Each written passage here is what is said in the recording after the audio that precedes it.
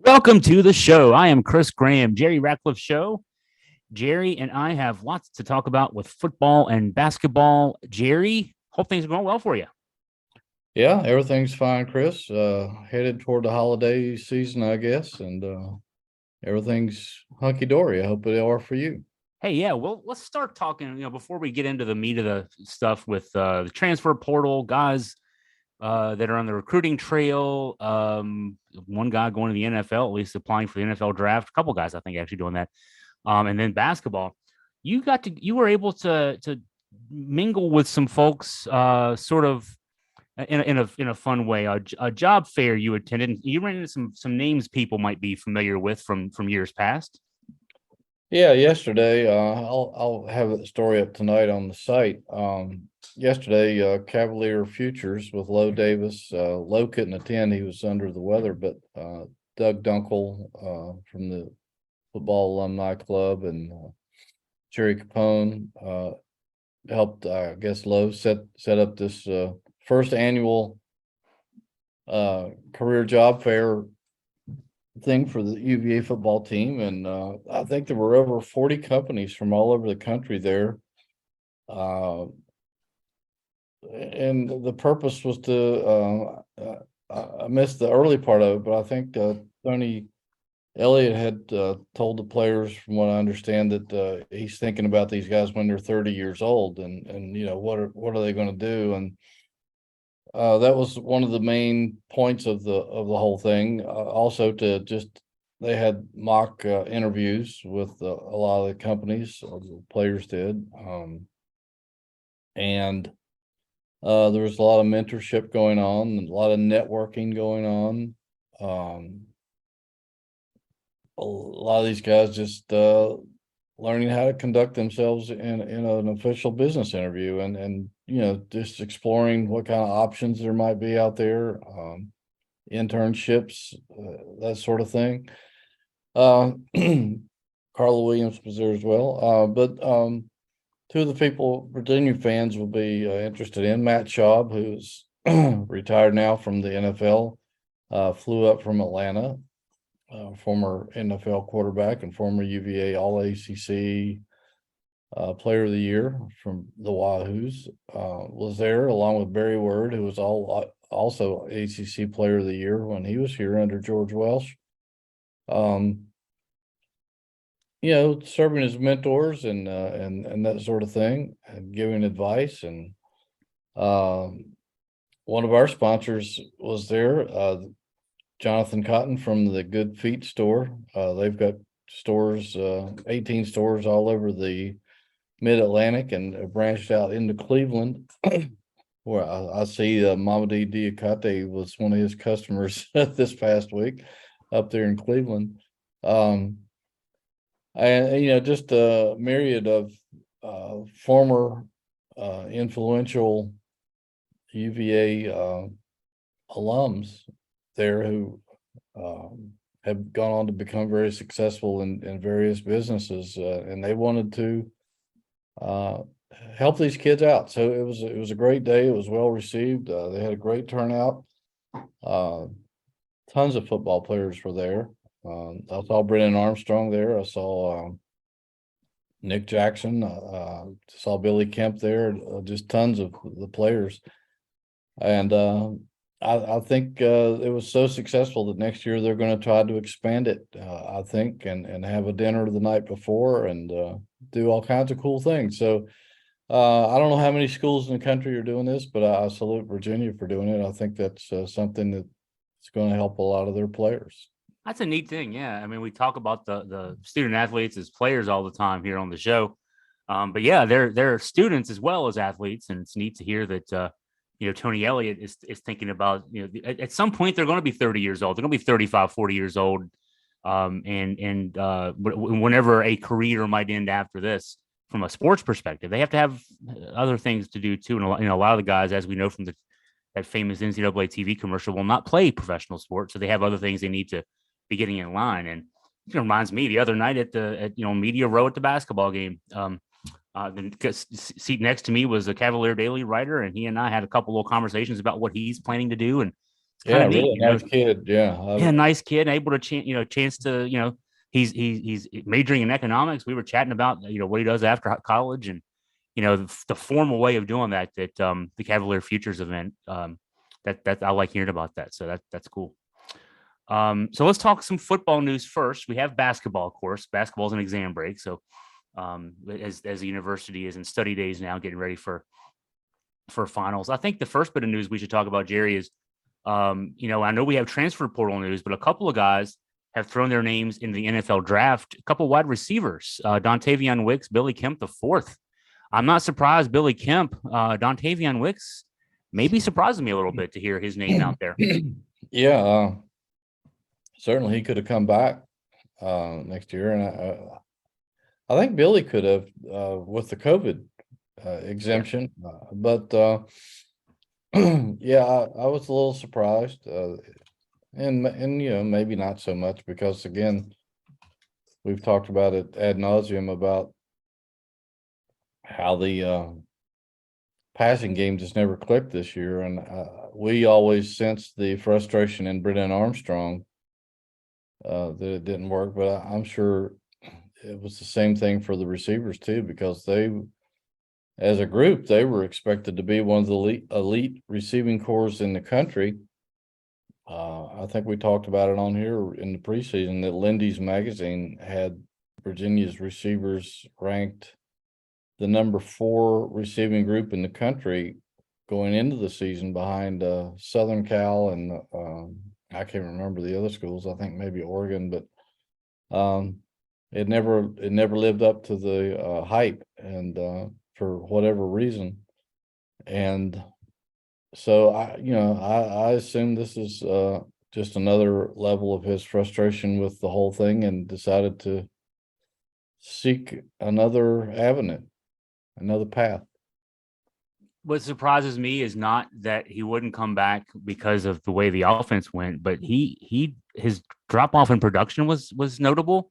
So was everybody's in the offense, but the drops issues. He had 9 drops this season, and Brennan Armstrong targeted him an awful lot. He wasn't. It wasn't the same as last year. Again, it could have been more of the offense, but I thought maybe we'd see him transfer and try to go somewhere, kind of like Brennan Armstrong has announced he's going to transfer and try to repair his reputation a bit there. But hey, good for him. We haven't heard about Keaton Thompson. Keaton, we had news yesterday that the NCAA is allowing players whose eligibility was set to expire this year, another year of eligibility because of the way the season ended. Obviously, the mass shooting and the final 2 games being canceled, all the trauma associated with that's ongoing. Now, Keaton is a 6th-year guy. I cannot imagine him coming back for a 7th year for any reason, but that would be open to him. So I haven't heard anything. Have you heard anything about Keaton? I have not, and I thought maybe I might pick up some news on him yesterday while I was over there, even though we weren't allowed to talk to the players. But thought maybe there might be something drifting around out there, but I haven't heard anything either. I don't know. I don't know. I guess some Kemp and Armstrong. Excuse me, Kemp and Wicks. I guess I don't know when the official day is you have to enter the draft. Just because you intend to doesn't mean that you will. I guess they could change their mind and either come back or transfer somewhere else. So I don't know. I will just have to wait and see where they go. But yeah, I don't see Keaton wanting to play another year of college football. Although who knows, some guys love playing college football. It's a cool thing to do. Yeah. And if I were an NFL team, I'd be all over him, because I thought year before I thought he might have been the MVP of the team, and I don't think he got enough touches this year to do what he did the year before. I thought he deserved a lot more touches. I thought Virginia didn't use him properly and could have helped their offense a lot more than had they found more ways to give him the football like Broncos offense did the year before. But I think this guy could be a heck of an NFL player. I do too. I think he's got a big body. He can move. He's athletic as heck. I think it worked out for him that he got moved to wide receiver when he first got here. So yeah, I'll be waiting for that news too. Transfer portal, we talked about Brennan Armstrong. He's headed to the portal. Also Fentrell Cypress. There's some other names as well. But Fentrell Cypress is probably the other big name, cornerback. A fourth-year student would have 2 years of eligibility remaining. He played in only 9 games his first 3 years at UVA. He redshirted the first year in 2019. But this year, man, he was something. When you look at Pro Football Focus, he was the 8th rated cornerback in all of college football who had 300 or more pass coverage snaps. Elite level guy. He was only second team All ACC by the media and coaches voting, but he was first team All ACC by Pro Football Focus. He's a guy that could probably throw his name in the NFL draft, but he's decided to go on the transfer portal. I think the loss of Cypress is as big as on defense is as big as the loss of Brennan Armstrong on offense.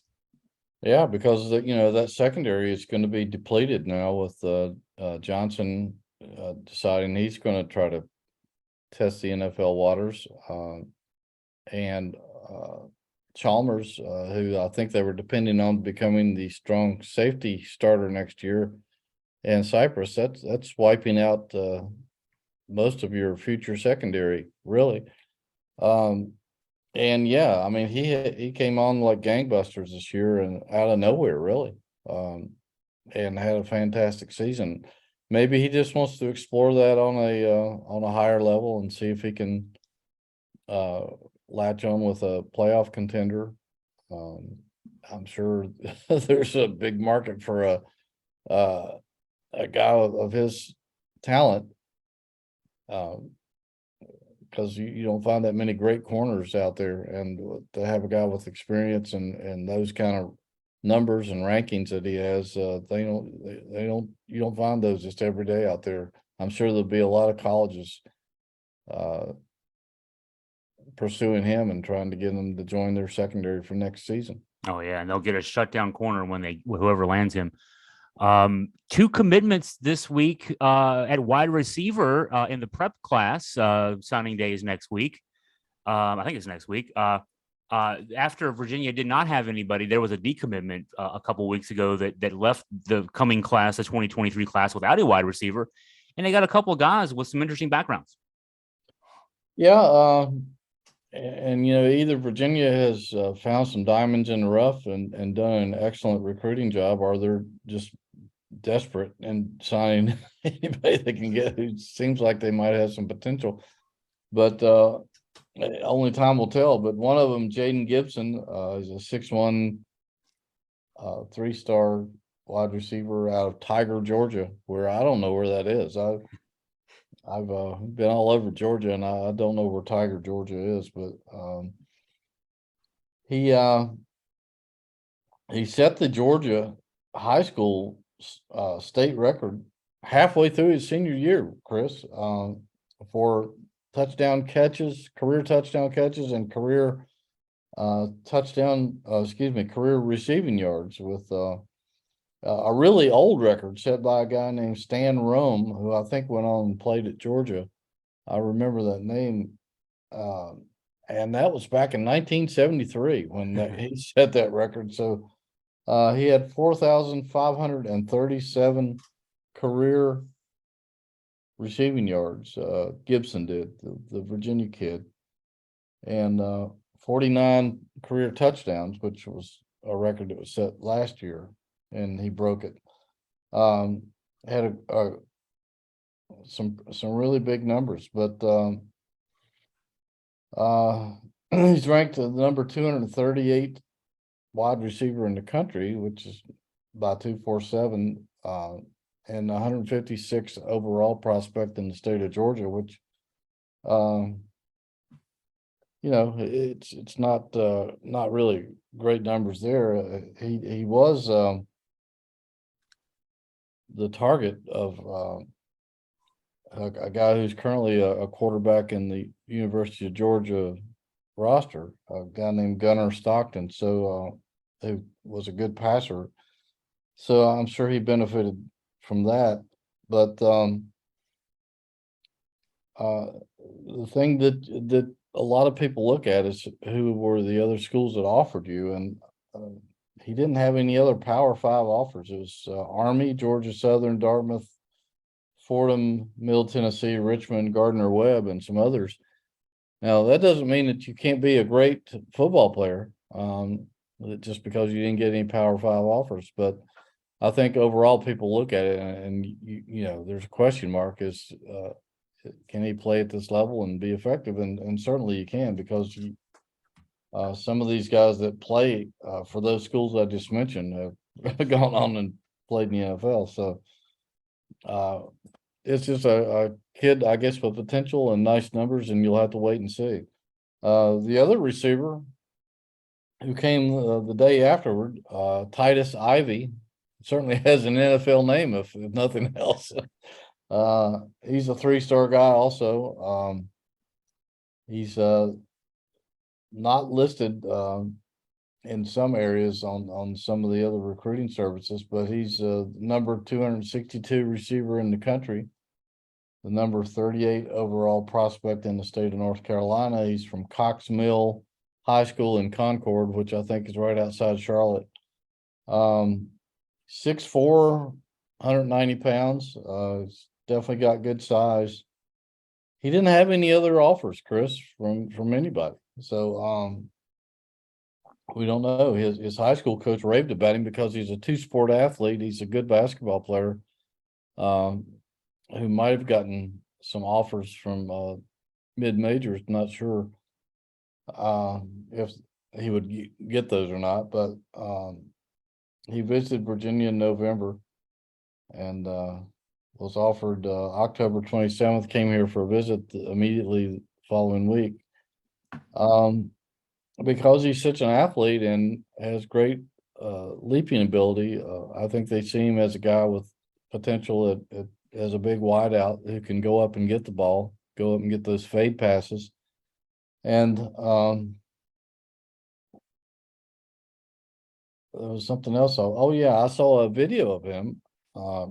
And what impressed me was, and maybe it impressed Virginia's recruiters as well, is there was about a, I don't know, 20-25 yard touchdown pass to him, and he leaped up, not only leaped up over the defender, but made a really nice one-handed catch of the ball, Odell Beckham style. So maybe these two guys are just diamonds in the rough and will end up being superstars for all we know. But those are the two guys that they got commitments from, and they also reached out and offered another receiver in the transfer portal yesterday.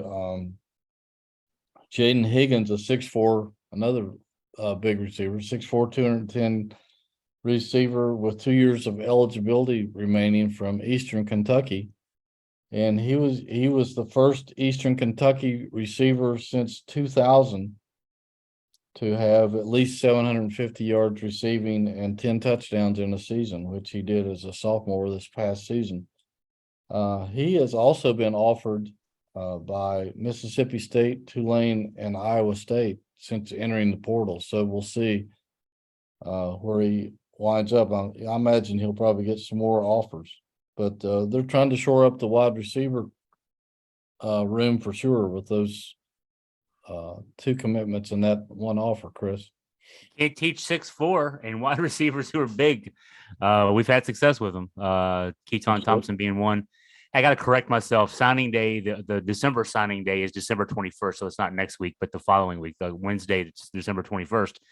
I'm looking at the 24/7 Sports rankings for the ACC. Virginia's still 13th, which in part Virginia's only got 15 commitments. You get around 25. I mean, you can have I see, I think it's Duke has 26. So, there's still, I mean, I'm sure there's lots of offers still out there.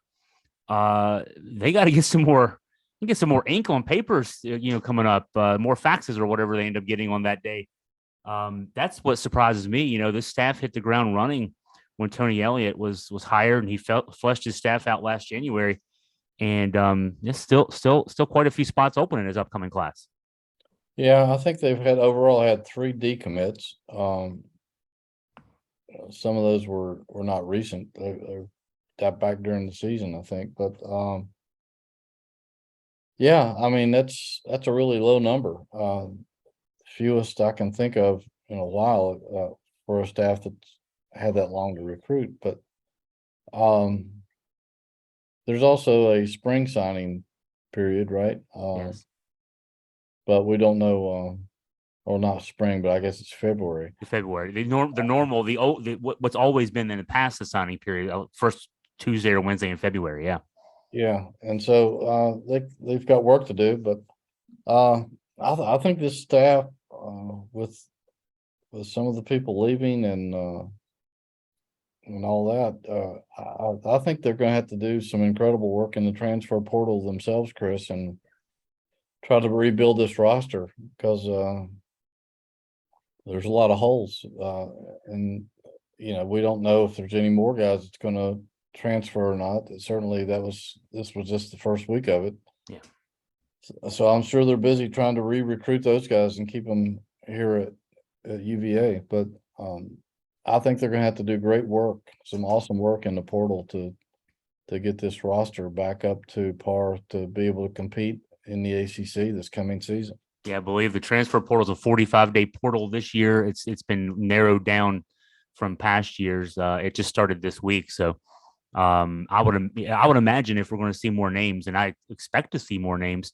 Final exams for UVA are next week. Semester ends, I guess, next Friday or Saturday. I'm not sure, but as far as exams go, we may start hearing more as the next couple weeks go on. But yeah, we can expect to see some work needing to be done there, no doubt. Let's shift to basketball, and so to make sure we get it in. Let's talk for a minute or two about the women. 11-0 now after winning at William & Mary last night. Jerry, I got to get out to a game over the weekend, the UNC Wilmington game on Sunday. And, I know the last couple of games that the women have played, they're not, UNC Wilmington, William & Mary are not, the powers that they'll play coming up in ACC play, Virginia Tech and Louisville and NC State and those kind of teams. But I tell you what, that team is really hitting a stride. Coach Mox, she's using a 10-player rotation. She's getting a lot of usage out of them. It's fun to watch them play, having seen them in person. She advertised herself when she came here last March as she's going to want to, push tempo. She's going to play good defense. And man, I tell you what, they play tempo. 78 possession game. I'm used to counting. I'm used to looking at those stats because of Tony's teams playing among the slowest in men's basketball. The women play fast. They shoot well. They've got a lot of players who can shuttle in and out. And they're still getting no respect from the writers as far as the national polls go. But I know it's early. I know, they'll play tougher games when the ACC comes up. But I think there's reason for UVA fans to be excited about these women. I would agree, and hats off to Coach Mox and her staff. They've done an incredible job, and we kind of expected that they would. I didn't. I thought this would be a good team. I don't know how good they'll be, but I thought they'd be a really competitive team because they just needed somebody that knew what they were doing and cared, and she obviously she does, and knows basketball for sure, and knows how to coach. And I think that's all this program needed. I think they'll give some ACC teams fits, Chris, because last year, with essentially the same talent, there were some games that I thought they should have won in the conference that they were very close to winning, and they did win some games. But I thought they underachieved in the conference last year, and they've got more talent this year and a better coach. I think they'll be competitive in the ACC. Yeah, I'm certainly, the ACC is tough. Oh, gosh, I'm looking at the top 25 right now. Virginia Tech 7, North Carolina 8, and actually North Carolina and NC State tied for 8 in the AP top 25. And scanning down the rest, looks like that's it. But 3 teams in the top 10. Louisville is just on the outside looking in. 3 teams in the top 10. Virginia's getting votes now in the top 25, but yeah, that's it'll be great to see. I thought they'd be better. I wasn't sure 11-0 to start. I mean, even with Yeah. Yeah, they played some games. They have played a couple of Big Ten teams and have had, and obviously got wins in those. But in past years, some very winnable games ended up being losses under the previous coaching staff. So, boy, it's exciting to see the women And back. it's the only school in the country with undefeated men's and women's teams. That's a lot to talk about. And Doug Fresh Smith asked me this week. I haven't had the time to look it up, but he wondered if it was the best combined start in UVA history, and I think it is. I think I saw somebody on Twitter researched it, and I think a couple of teams back in the 80s and 90s might have rivaled that, but I think this might be the best combined start by the two programs in school history. I wouldn't be surprised. The women at 11-0. It's the first time that the women's program has been 11-0 since 1991. That was in the middle of that stretch of 3 Final Fours in a row, the Dawn Staley and the Birch twins years, Tammy Reese years. And so, boy, it's fun to see. And the men, let's talk some men now. The men are 8-0. Couple of tight wins this week. And I think there's reasons why. One reason why, anyway, a less than healthy Reese Beekman, but the 5-point win over Florida State this past Saturday, 5-point win on Tuesday night against JMU. Now, Florida State only had one win coming in, but they're playing better. They played Purdue well last week, another top 5 team last week. JMU, I don't know if, when I did the research on JMU, Ken Palm has JMU projected to win the Sun Belt, which the Sun Belt's the 14th ranked conference of the 33 Division I conferences. So that's nothing to sneeze at, projected to win that conference. And their Ken Palm rating would suggest that if they win their conference tournament, they'd probably be a 12 seed. 12 seeds, there's always 1 or 2 12 seeds every year in the NCAA tournament that win a game. So Virginia, I think putting that in perspective, Virginia winning against the team that would project as a 12 seed in the NCAA tournament without their star player, Reese Beekman, he played 4 minutes. I think that's more impressive win than fans might have left the arena thinking Tuesday night. I totally agree, and I was impressed by Mark Byington's team and the way the game plan he prepared for Virginia. I thought they were well coached and they executed their game plan to I won't say perfection, but they did a good job with it. And Virginia was sweating bullets for a long time there, and I just was impressed with their personnel. They had some nice pieces, and the one kid in particular, number 15, Takai Molson, 20 points, 6 of 15 shooting. He drove the lane. He drew fouls. He could hit the outside shot. He had 2 of 5 3-pointers. I thought he can play, and so yeah, I thought that was a better win than maybe some people outside the state of Virginia might perceive. But I think JMU is going to be a really decent team over the course of the season. I would think that's going to help them in the net rankings as we go along. Mark Byington said after the game too that one thing that helped his team have confidence going into this game, of course, tough environment. Every opposing coach talks about how tough an environment it is to play in JPJ.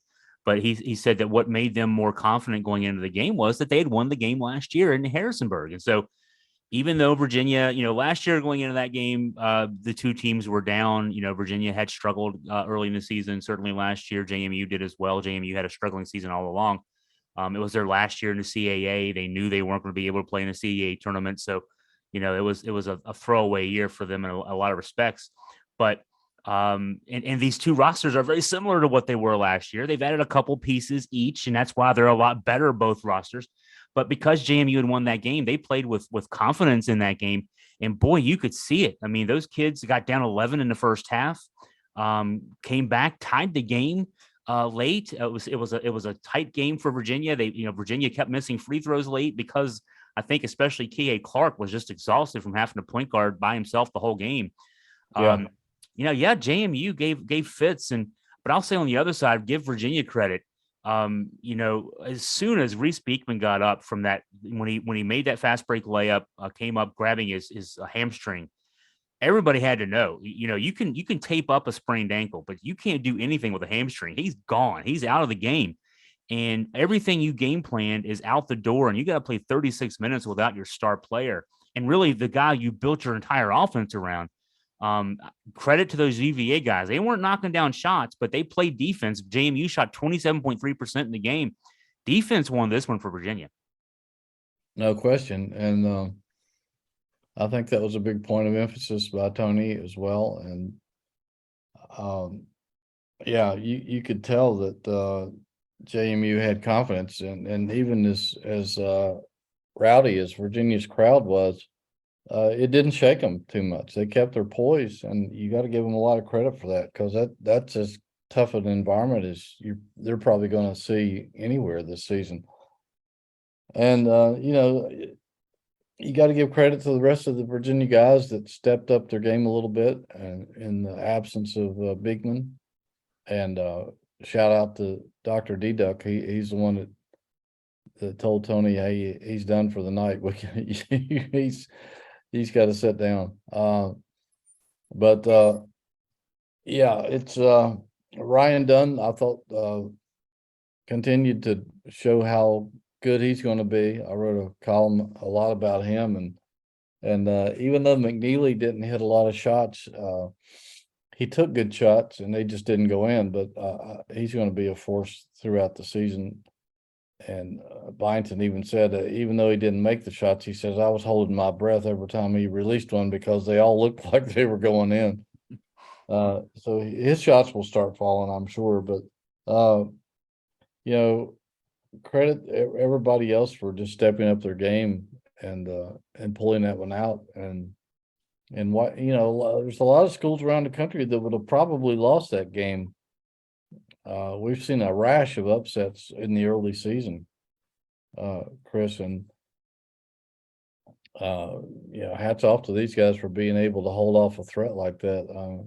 Kihei played his butt off again with 18 points and 7 assists, and 38 minutes and 56 seconds. Even Tony said, wow, I played him even longer than I thought I did. And Gardner stepped up, 14 points, 8 rebounds. Shedrick was off his game a little bit, but I think the wear and tear on him is maybe have gotten to him a little bit. He seems like he gets hit in the head or in the face every game now. He was out. And he gets called for the foul when he gets hit in the head, too. Exactly. That's one of my favorite videos on Twitter that I've seen. And I was the game at Michigan when there's a slow motion replay of him sitting on the bench with blood coming out of his mouth, and the trainer trying to attend to him, I guess Ethan Saliba, and you can read his lips saying, they called the foul on me.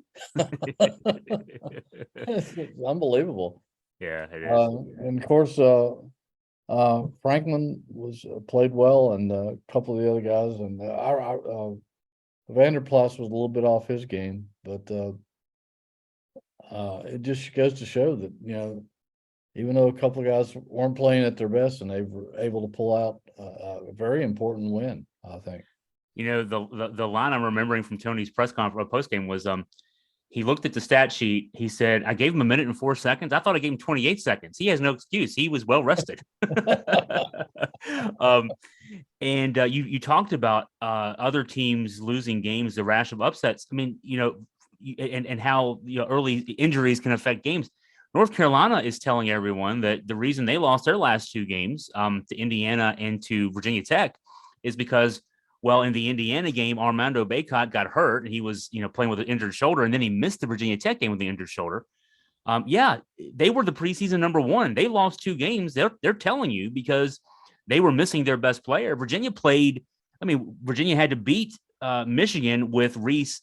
But even before the hamstring, he had the injury in the Michigan game, second half of the Michigan game, the ankle injury. He was clearly hobbling through the Florida State game. He was nowhere near his self in that game. He was 1 for 7 from the floor. He was taking pull-up threes because he couldn't drive to the basket. And so they won that one with an injured Reese, and then they had to win the JMU game without Reese.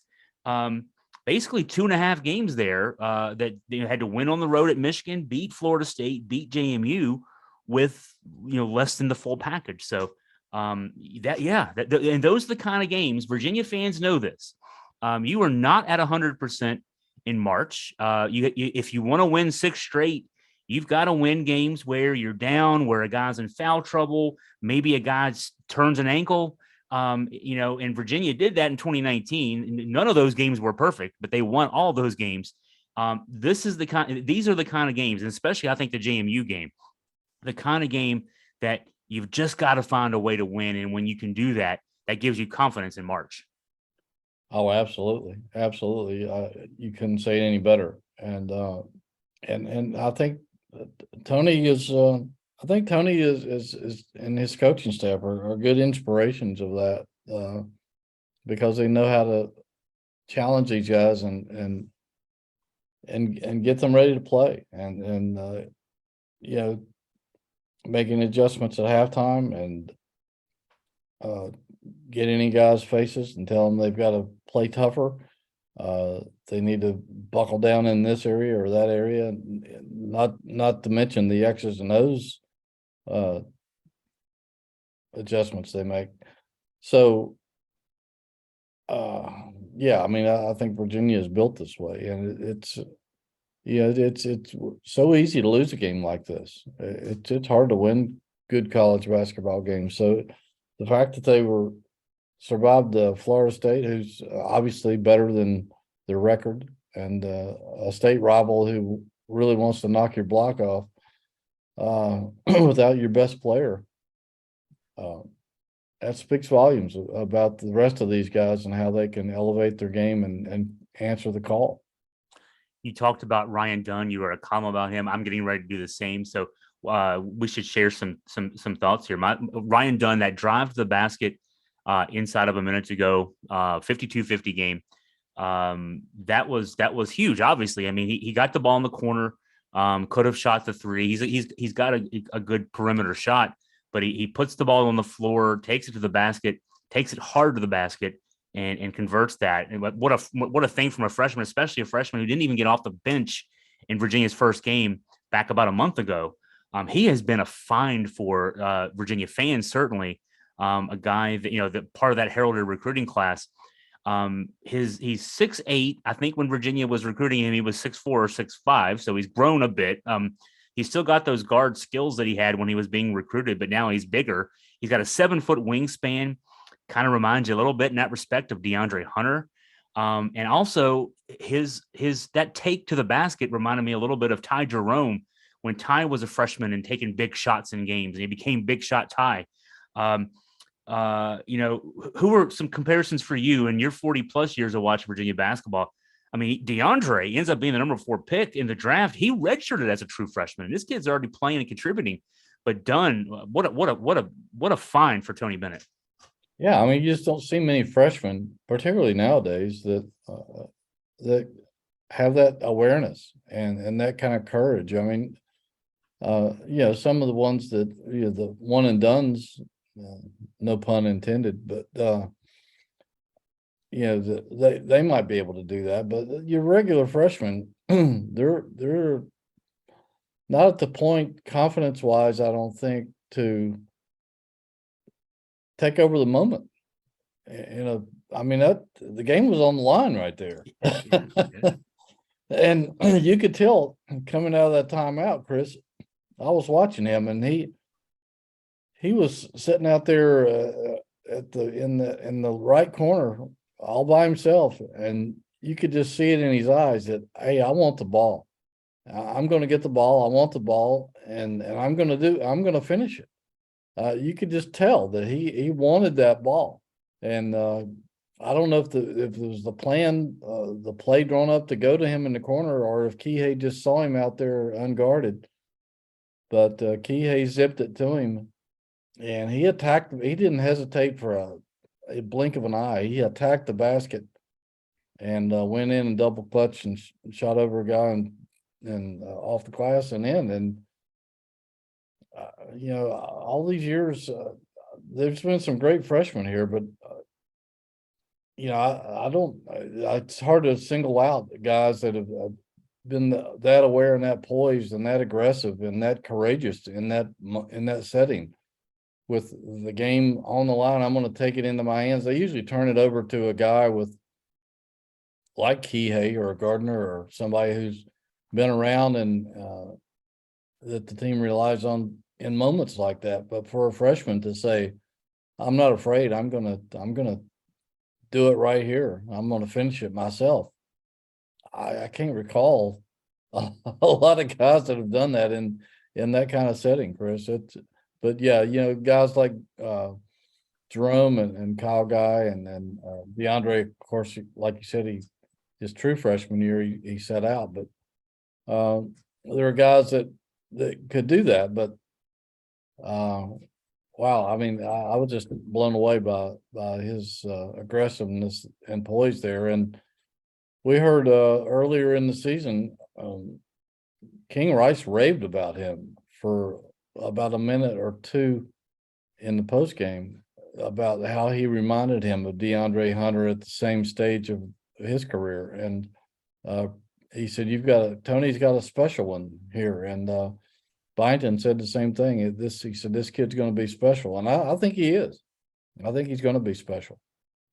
One last thing, a reader and fan texted me to ask about Francisco Cafaro and why he's not playing. My answer was, I just think he's out of the rotation because other guys have kind of jumped ahead of him, Ryan Dunn maybe in particular. And it looks like Tony's going with Ben Vanderplas, moving him to center when he takes Caden Shedrick out.